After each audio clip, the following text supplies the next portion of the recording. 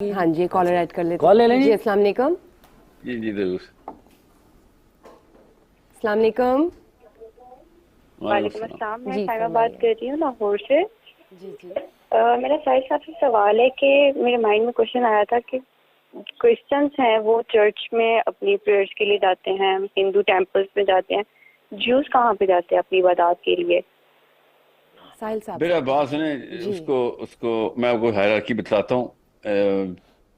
हिंदू मंदिर में जाते हैं, ये वो गौर से समझने, मेरे उस्ताद थे, वो बहुत ज़बरदस्त सवाल जवाब दे रहे थे इसका। मैं उसमें थोड़ी सी एडिशन कर रहा हूँ, specially in the context of whatever is going on, क्योंकि मुझे बहुत ज़्यादा ज़रूरी है कि इस बारे में बात हो कि सिनेगॉग का कॉन्सेप्ट क्या है, और जिस जिस वक्त इस वक्त जो ट्रेंड चल रहा है ना इंटरनेट में, मैं उसकी बात कर रहा हूँ। हिंदू जाते हैं मंदिर में, याद रखिएगा, ठीक है? ये this is a very good Christian joke that they actually crack in America. Hindu मस्जिद मंदिर में जाते हैं, मुसलमान मस्जिद में जाते हैं, यहूदी ये सिनेगॉग में जाते हैं, और जो बुद्धिस्ट हैं वो अपने श्राइन्स में जाते हैं, और लिबरल्स जो है बाथरूम जाते हैं। that's that's the बिल्कुल hierarchy of hierarchy। whatever is going on, especially in the Desi liberals of Pakistan. The kind of track that they come up with in the name of their own belief system, वो जो especially आजकल चल रहा है, you have to seriously believe in that joke. So synagogue क्या होता है ये मैं आपको बताता हूँ आपका, क्योंकि सवाल बड़ा सीरियस है, इसलिए मैंने जोक को साथ ही अटैच किया। synagogue होता है वो वाला एक खैमा खैमा जिसकी दीवारें असल में पत्थर की नहीं बन सकती थी। हजरत मूसा ने मना किया था, पत्थर की दीवारें बनाना बंद करो, दीन को बिल्डिंग में मत कैद कर देना। हजरत मूसा कोहे तूर से आए थे, इन्होंने एक छोटा सा टेंट बनाया हुआ था, टेंट के अंदर एक बच्चा रखा हुआ था।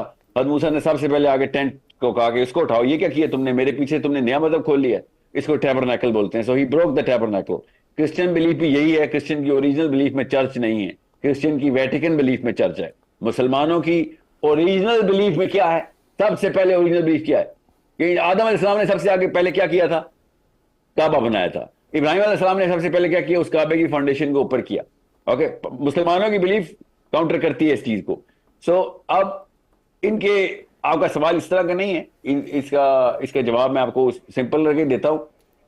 मुसलमानों की मस्जिद होती है, हिंदुओं का मंदिर होता है, उनका सिनेगॉग होता है। यहूदियों की बिलीफ यह है कि वो मुसलमानों की मस्जिद में भी नमाज पढ़ सकते हैं। मुसलमानों की बिलीफ यही है कि हम दुनिया में हर खित्ते के हर घास है, हर मट्टी पहाड़ के ऊपर नमाज पढ़ सकते हैं। क्रिश्चियंस जो है वो मुसलमानों की मस्जिद में भी नमाज नहीं पढ़ सकते, हिंदुओं की टेंपल में भी नमाज नहीं पढ़ सकते, यहूदियों के सिनेगॉग में भी नहीं पढ़ सकते। यहूदी वाहिद है जो कहते हैं हम सिर्फ मुसलमानों की मस्जिद में नमाज पढ़ सकते हैं और अपने सिनेगॉग में। ठीक है?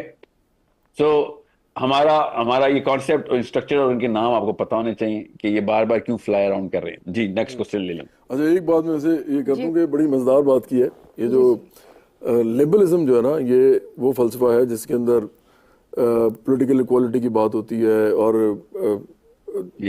हाँ मतलब ये फलसफा जो है ये मेरा फलसफा नहीं है। हम लिबरेटेड हैं, हम वी कॉल अस लिबरेटेड। तो क्योंकि हम इन चीज़ों से निकल जाते हैं कि जो जितना भी डॉगमास है, हम कहते हैं यार वर्किंग क्लास और लोअर मिडिल क्लास स्ट्रगल करे अपने राइट्स के लिए, उसमें से फिर इज़म्स में निकल आएंगे बाद में, लेकिन स्टार्ट यहाँ से किया जाए। तो हम कई दफ़ा कहते होते हैं कि अगर हमारा कभी ज़्यादा एकदम मैग्नीट्यूड बना हमारी मूवमेंट का, तो हमारे सामने भी जो सबसे पहले खड़े होंगे ना, वो फ्रंट लाइन जो होगी वो लिबरल्स की होगी। हाँ जी, आई नो दैट। ऐसा ही है साहिल साहब, ऐसा ही है जी 100% सर। मैंने आई थिंक अस्सलाम वालेकुम। अस्सलाम वालेकुम। Teach Jawad lesson on politics. जी जी फरमाइए। जी मेरा क्वेश्चन साहिल साहब और जवाद साहब से आया कि कैपिटलिज्म में मोरालिटी कैसे आ सकती है? ठीक हो गया, बहुत शुक्रिया जी। पहले साहिल साहब आप दे दीजिए। नहीं आ सकती। नहीं, मैं लंबा जवाब देता हूँ। जवाब साहब से ले लें। पहले नहीं, सिंपल बात है, आ ही नहीं सकती यार। कैपिटलिज्म की जो मोरालिटी होती है वो उसका ताल्लुक है कंज्यूमरिज्म के साथ, उसका ताल्लुक है सेलिंग बाइंग के साथ।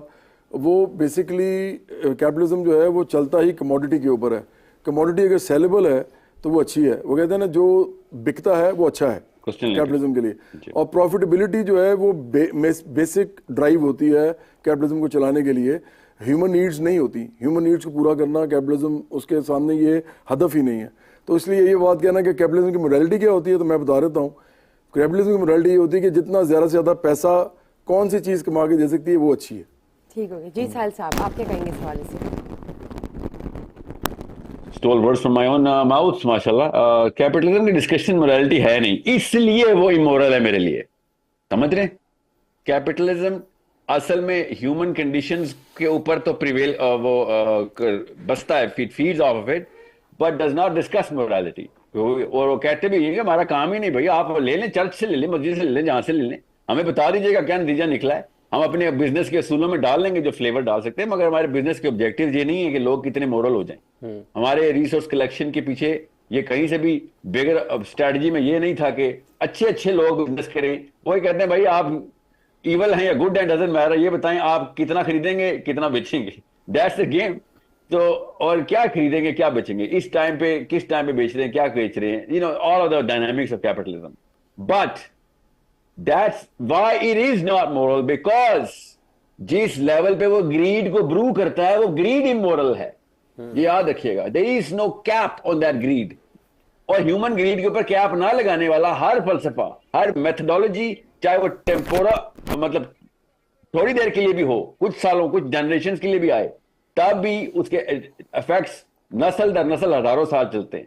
सो कैपिटलिज्म को total under control of the you know the policy and procedure state के अंदर आप इंस्टॉल कर सकते हैं, मॉनिटर्ड एनवायरनमेंट के अंदर। तब वो कहते हैं वही तो कैपिटलिज्म ही नहीं रहा, भी रहा पॉलिसी को जिस तरीके से यूरोप ने खेला है उसके साथ, जैसे स्पेशली हॉलैंड ने खेला उसके साथ, जो आप नेटो खेल रही है, तो समझ सकते हैं capitalism can be you know unleashed under a bigger boundary, जिसके अंदर वो खेले। बड़े से टैंक के अंदर मछलियां भी आ रही हैं और यू नो और भी बाकी जानवर आ रहे हैं, खेल रहे हैं, मगर हैव अ टैंक ही।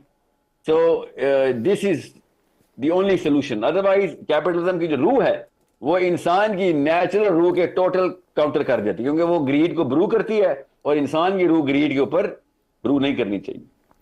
अच्छा, एक चीज मैं बोलना चाह रहा हूँ, मेरे ज़हन में रह जाएगी आज। वो इन्होंने कहा था मुझे कि जो भी साहिल का अपना ख्याल है कि वो जो टाइमिंग है और सारा, और मैं मतलब इनकी बात जो है मैं समझता हूँ कि उस पर और बात होनी चाहिए, बल्कि मैं सोचूंगा इसके ऊपर और भी। लेकिन एक ऐसा टाइम आया था बराबरी बाड़ी पे 2 अप्रैल 2022 से पहले, ये मैं बताना चाह रहा हूँ तमाम लोगों को, साहिल को भी और आप दोनों को भी और जो देख रहे हैं, कि 2022 में मैं तो फ्यूचर स्ट्रेटजी के लिए कह रहा था। अच्छा चले दैट्स वेरी गुड।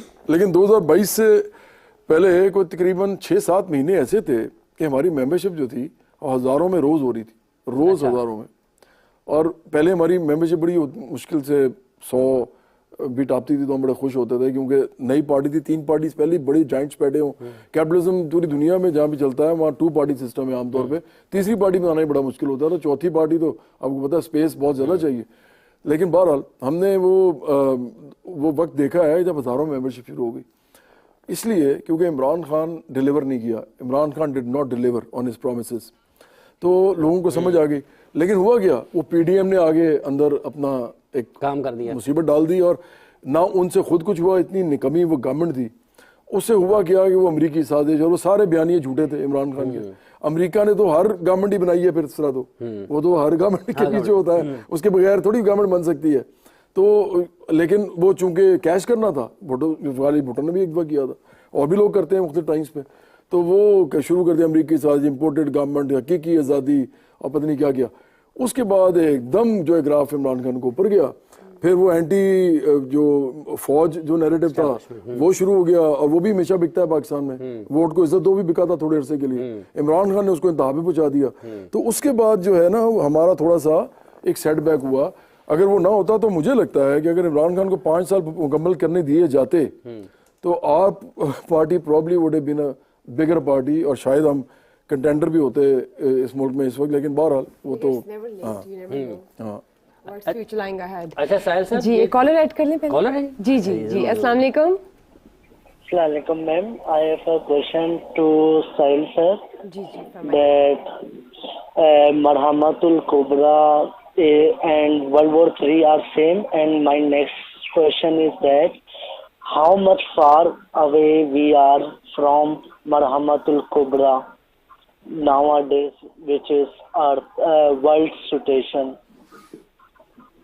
जी बहुत शुक्रिया आपका। ओके, और कोई कॉलर लाइन पे है तो अभी भी ले लें, क्योंकि मैं इनको कंबाइन कर दूंगा, इट्स अ स्मॉल आंसर।